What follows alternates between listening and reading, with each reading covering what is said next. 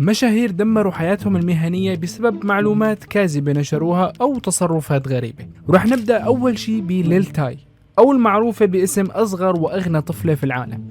نعم سمعت صح، طفلة. Everything in my bathroom costs more to your rent. And see, this is my closet. Everything here be designer. Gucci, Louis, Versace. لأنه في سنة 2018 لما صارت ليل تاي مشهورة كان عمرها 9 سنين فقط. صحيوا الناس فجأة بيوم من الأيام وفجعوا بكمية فيديوهات كبيرة لبنت صغيرة بالعمر كانت تهايط بكمية كبيرة من المال والسيارات والبيوت الفخمة، وما كان في أي شخص ممكن يعرف من وين جابت كل هالأموال. وأيضا بسرعة كبيرة جدا حصلت على أكثر من 2 مليون متابع على الإنستغرام، وحتى أنها صارت تعمل أغاني راب.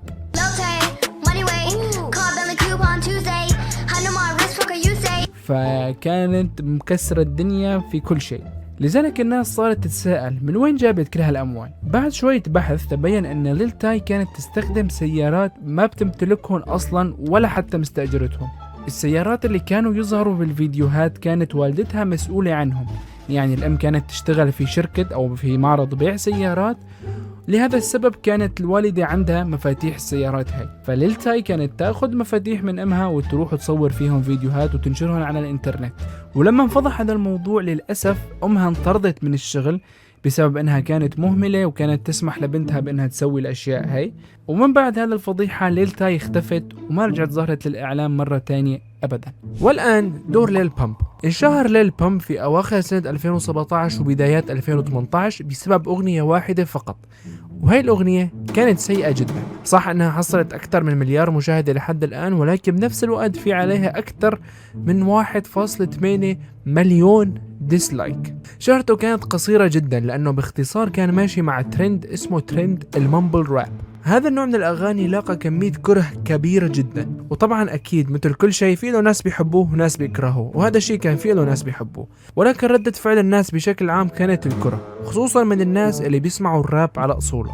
فالألبوم الأول اللي كانت فيه أغنية جوتشي جانج حقق مبيعات كبيرة جدا وانشهر جوتشي جانج جوتشي جانج جوتشي جانج جوتشي جانج جوتشي جانج جوتشي جانج جوتشي جانج. بس بعد سنتين من جوتشي جانج قرر انه ينشر ألبوم تاني، ولأنه الألبوم كان نمطه قريب لنمط الألبوم الأول الأرقام كانت أقل بكثير. أولا لأنه النمط نفسه سيء بالأصل، ثانيا لأنه الناس بدأت تنسى ترند المامبل راب وبطل حدا مهتم فيه، فالأرقام كانت أقل بكمية كبيرة جدا. وفوق الأشياء هي كلها ليل بامب عمل أغنية مع 2 أخوة اسمهم دوبر براذرز. هدول الأخوة كان عندهم قناة على اليوتيوب وكمان كانوا ماشيين ورا الترند اللي ما بعرف مين قرر انه كل يوتيوبر موجود في الحياة لازم يعمل اغنية، حتى لو كان محتوى ما دخلوا بالاغاني او بالموسيقى باي شكل من الاشكال لازم يعمل اغنية. فهدول الاخوة قرروا انهم يعملوا اغنية ويجيبوا ليل بامب عليها، ولكن الاغنية كانت سيئة جدا، كانت سيئة لدرجة انهم سكروا التعليقات على الفيديو من كثر التعليقات السلبية اللي جتهم على الاغنية. وطبعا هذا الشيء كان مؤثر كثير على سمعة ليل بامب لانه في كثير اغاني سيئة عم تكون باسمه. وبالرغم من الاشياء هي كلها ليل بامب كان عم يحاول ينقذ حاله ونشر ألبوم بتاريخ مارس سنة 2023، ولكن الارقام كانت سيئة جدا وقليلة بشكل غير متوقع.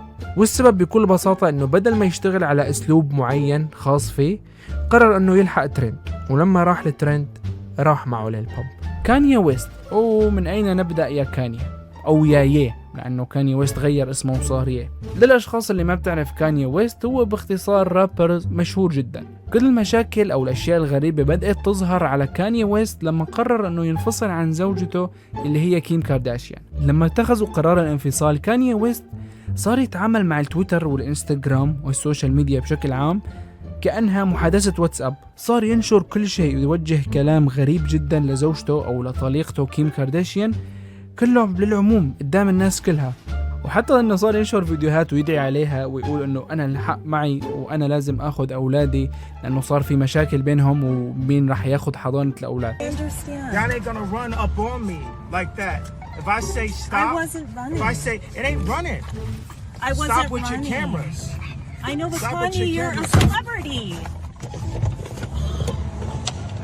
We were there for you, Kanye. I'm sorry, man. Take the camera. Okay, I'm taking it off. والموضوع كان شائك جدا، وكاني ويست قرر انه بدل ما يخلي هذا الشيء خاص بيناتهم قرر انه ينشره للعلن، وكلياتنا سمعنا بالمواضيع هاي. وطبعا هذا الشيء أكيد عمل ضجة وأثار جدل كتير، لأنه في قسم من الناس كان بطرف كاني ويست وقسم بطرف كيم كارداشيان. وما اكتفى بهذا الجدل بس، بل صار ينشر أشياء عنصرية ضد الناس وأشكالهم وبشراتهم، وحتى أنه بلا سبب قرر أنه ينشر أشياء معادية للديانة اليهودية. يعني ما ترك ولا شيء ممكن يسيء لسمعته إلا وعمله. وبناء على ذلك كل الشركات اللي كانت تتعامل معه مثل أديداس وجاب وحتى فوغ وكتير شركات تانية كلهم قرروا أنه يلغوا العقود مع كاني ويست ويبطلوا يتعاملوا معه بأي شكل من الأشكال، لأنه بكل بساطة سمعته صارت سيئة جدا، وهي الشركات بدها تحافظ على سمعتها، فلذلك ما رح تتعامل مع كاني ويست. وهذا الشيء للأسف خلاه يخسر عقود قد تصل قيمتها إلى $2 مليار في يوم واحد فقط.